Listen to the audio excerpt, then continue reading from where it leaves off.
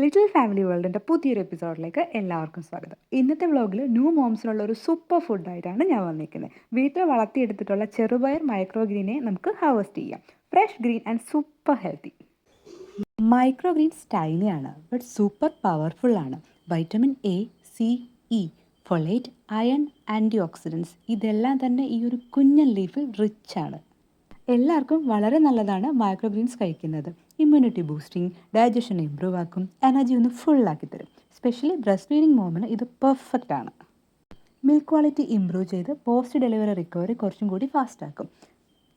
Tiredness ഒക്കെ കുറച്ച് നമ്മളെപ്പോലുള്ള സൂപ്പർ മോമിന് ഇതൊരു പെർഫെക്റ്റ് നാച്ചുറൽ ഹെൽത്തി ബൂസ്റ്ററാണ്.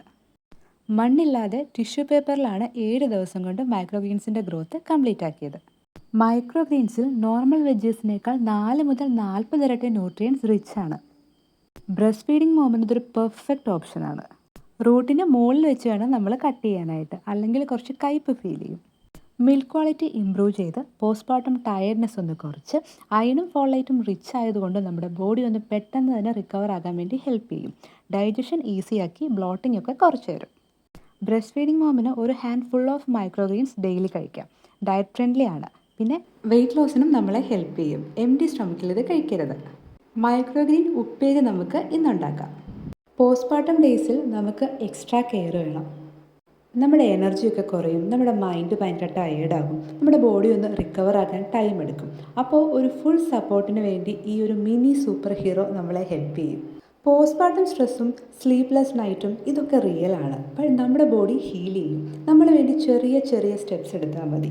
ഇതുപോലെ മൈക്രോഗ്രീൻസ് ഒക്കെ ഇൻക്ലൂഡ് ചെയ്യുമ്പം നമ്മുടെ ബോഡി സ്ട്രോങ് ആകും. നമ്മൾ സ്ട്രോങ് ആയാൽ നമ്മുടെ കുഞ്ഞും സ്ട്രോങ് ആകും.